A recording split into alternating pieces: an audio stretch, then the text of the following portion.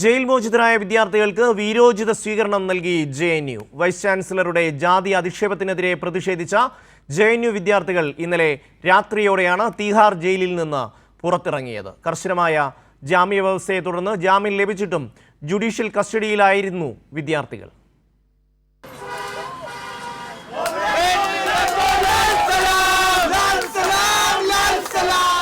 ഇന്നലെ രാത്രി 10:30-യോടെയാണ് വൈസ് ചാൻസലറുടെ ജാതി അധിക്ഷേപത്തിനെതിരെ പ്രതിഷേധിച്ചതിന് അറസ്റ്റിലായ മുഴുവൻ വിദ്യാർത്ഥികളും ജയിൽ മോചിതരായത്.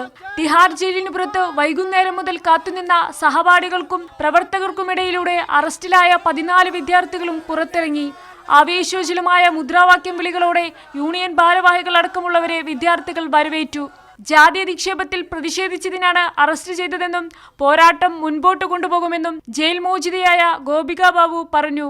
വൈസ് ചാൻസലറിന്റെ കാസ്റ്റ് സ്റ്റാറ്റിറ്റ്യൂഡും ആളുടെ കറപ്ഷനും വെളിച്ചത്ത് കൊണ്ടുവന്നതിനാണ് ഈ യൂണിയൻ്റെ മെമ്പേഴ്സിനെയും ബാക്കി ആക്ടിവിസ്റ്റുകളും ബ്രൂട്ടൽ പോലീസ്, ദില്ലി പോലീസിൻ്റെ ഫോഴ്സ് ഉപയോഗിച്ച് ക്യാമ്പസിൻ്റെ തൊട്ട് 2 സ്റ്റെപ്പ് ഗേറ്റിൻ്റെ ഫ്രണ്ടിൽ നിന്ന് നമ്മൾ അറസ്റ്റ് ചെയ്ത് കൊണ്ടുപോയിട്ടുണ്ടായിരുന്നത്.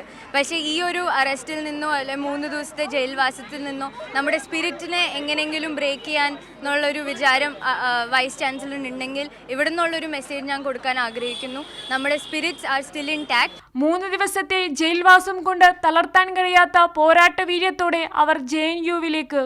രാത്രി വൈകിയും 1000-ലധികം വിദ്യാർത്ഥികളാണ് ക്യാമ്പസിനകത്തും തങ്ങളുടെ നേതാക്കളെയും കാത്തുനിന്നത്. പ്രതിഷേധത്തിനിടയിൽ പോലീസ് കീറിക്കളഞ്ഞ അംബേദ്കറിന്റെ അതേ ചിത്രം ഉയർത്തിപ്പിടിച്ച് ജാതി വിവേചനങ്ങൾക്കെതിരായ പോരാട്ടം തുടരുമെന്ന് അവർ ഉറക്കെ പ്രഖ്യാപിച്ചു.